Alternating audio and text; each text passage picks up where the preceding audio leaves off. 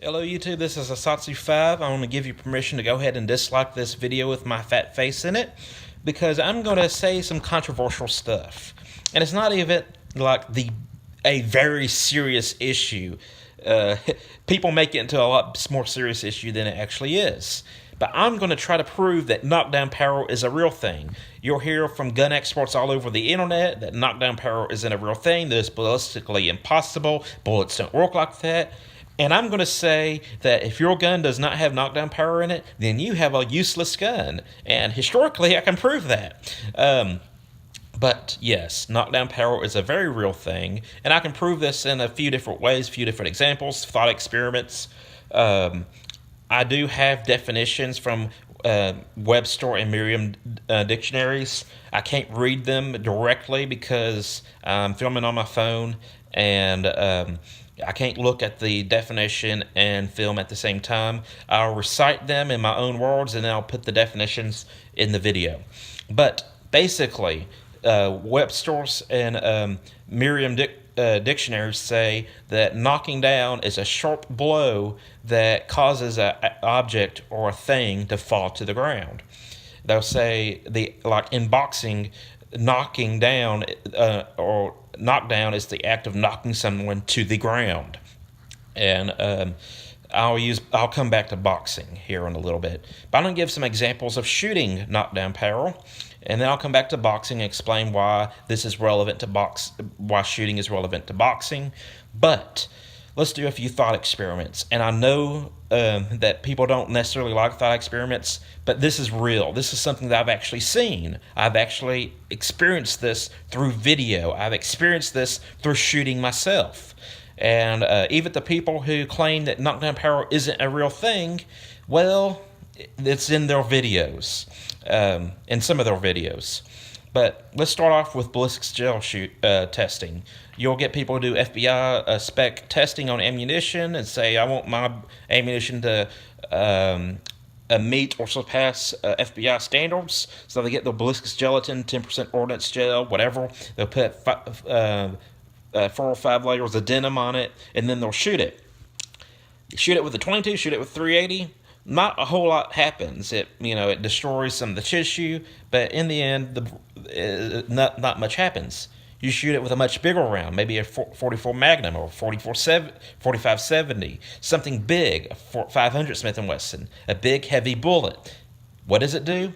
It lifts the ballistic gelatin and sometimes even flips it, depending on the round. If it's a 4570 or a big round, it'll actually make the ballistic gelatin turn a flip.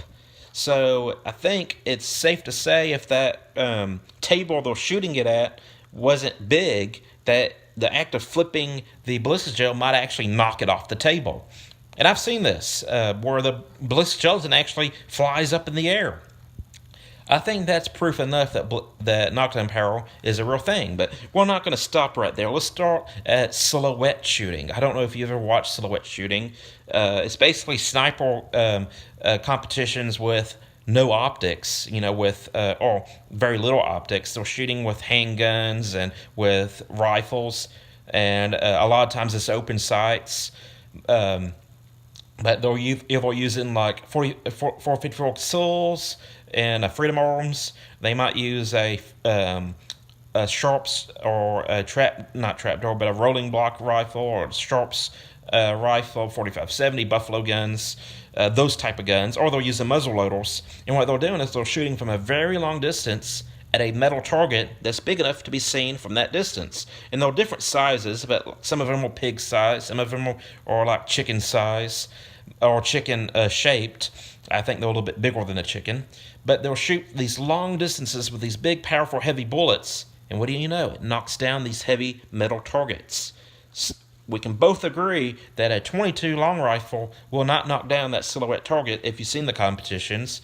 And it won't flip a ballistic gelatin slab unless you just make a small ballistic gelatin slab. FBI standard ballistic gelatin test, a 22 is not going to flip it. Just like a 22 is not going to flip your standard silhouette target in competition. Now, they make small silhouette targets for like pellet guns and stuff. I'm not talking about that. But let's use another example that involves shooting. Bowling pins. Bowling pins are very heavy, and most 177 caliber guns won't knock it over. Most 22 bullets won't knock it over. I just got a notification. But if you shoot it with something like a 44 Magnum, for example, it will knock over the bowling pin. To me, that's proof of knockdown power. Now, let's go back to boxing, because I think this is the most relevant example I can give that pertains to shooting. And what do you know? It doesn't have shooting involved, but it's very relatable to shooting. The big argument is that bullets don't knock down people because it doesn't drive them to the ground. You're not actually pushing it down. And keep in mind, the definition to knock down is a sharp blow that makes something fall down to the ground, which is what I'm focusing on right here. We have all seen in boxing and full contact martial arts sports, UFC, Bellator, there'll be a hook, someone hits on the side of the jaw, the head does this, whips around, there's a concussion, someone becomes unconscious and they fall to the ground. In boxing, that's a knockdown. By definition, that is a knockdown, according to, I think, Webster's Dictionary. They use boxing. They say in boxing is the act of knocking someone to the ground, or it's the act of hitting someone where they fall to the ground. So keep in mind, we're knocking someone down when we hit them. It's not a slow push that drives them to the ground. It's a sharp blow that causes the head to whip, and or you hit a artery or nerve right here. I forget if it's the brachial or brachial. It's been a while since I studied anatomy, but I've seen it happen. Happened to Ronda Rousey. But yes, keep in mind, in any fight sport, whatever direction you're hitting the person, they're generally not falling in that direction. You hit someone in the head crossways, they're not going to fall the direction that you're hitting them most of the time. They're going to collapse straight down. If you hit someone, if you hit someone straight on, poke them in the eye, they might fall down in that same direction that you're poking them in. But again, when you poke them in the eye and they fall down as a result of it, you knock them down. So how does this relate to shooting? These boxing matches where people are getting hit and they're not being driven to the ground, they're just being knocked to the ground. They're being hit to the point where they cannot stand. Well, I've hunted several times. I've been pretty successful at killing deer, mostly does. And I've seen shootings on video. Fortunately, never seen one in person. But hunting, self-defense with a gun, it's a sharp impact that causes the thing to fall down to the ground. If I shoot you in the kneecap and you fall to the ground holding your knee, I effectively knocked you down. If I shoot you in the head, either with a 25 or a 22, I effectively knocked you down. It's a sharp blow that causes you to fall down to the ground. I have effectively overwhelmed you with my shooting. Now, where does knockdown power come into play? Well, most of the time we're shooting center body mass, whether it's on an animal or broadside on an animal or front as a human. We're shooting a big target group that's more likely to hit a vital with least amount of accuracy possible due to stress. I'm not saying the accuracy isn't important or anything. I'm just saying if we all were super accurate, we'd shoot in the head and that'll be it. But we're not all marksmen to that extent. So we usually shoot center body mass because it's less likely to miss. You're more likely to hit a vital. Depending on what you're using, let's just say, for the example, a hollow point 25 ACP.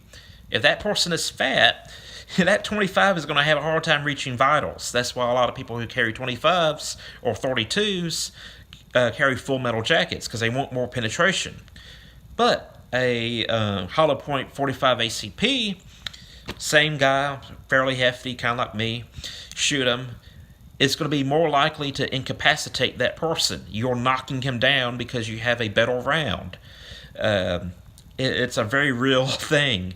So we can effectively say that the phenomenon of knocking someone down with a bullet is true, because if you can hit someone sharply with a bat, a gun, nunchuck, slapjack, they're falling down to the ground due to you overwhelming them with your weapon. Just like in boxing, your fists are your weapon, and you're hitting them, causing a knockout.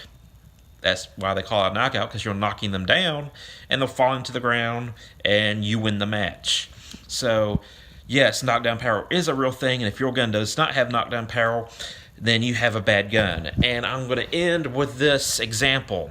I can't cite this because I watch a lot of gun documentaries, especially when they were... I think I might be able to cite the person that told the story. Ian McLennan, I think is his name. Forgotten Weapons YouTube channel. There was a weapon called the Volcanic, and it had a very anemic round. And there was an actual historical account of a man buying the Volcanic, the small one, the more pocket-sized one, unloading the gun on his head, and then his family coming back, finding him bleeding and with an empty gun, and he's still being alive. They took the gun back, got a refund, and they started to minister to their father or husband who was trying to kill themselves. A guy actually unloaded a gun onto his head and survived. That gun did not have knockdown power. So just like how 22 shorts do not have knockdown power. I've shot animals with 22 shorts thinking that I'm going to be very quiet and dispatch a raccoon without anybody knowing. And you know what? The raccoon just shook it off. So knockdown power is a very real thing. If you look at the definitions, if you look at the real-world applications of what knockdown is and what knockdown power is measuring, knockdown power is a very real thing. And we need to stop saying that there's no such thing as knockdown power, because stopping power is the more preferred term. That's just politically correctness. You're being a world Nazi. You're arguing semantics. And it's funny because these gun channels and these gun experts are doing the same thing they complain about the hippies and the millennials are doing. You know, they complain about the millennials and the hippies saying, oh, don't use pronouns, don't specify sex. It's a fire person, not a fireman. Don't assume gender. All that stuff that most of the gun channels and gun experts hate, and then the gun experts turn around and do the same thing, but within their own hobby. And I think it deters people from exploring their hobby, because you have an a-hole who turns everything you said into a literal thing according to their own definition that is not true. So that's it. I'm a Satsu 5, and I'm out.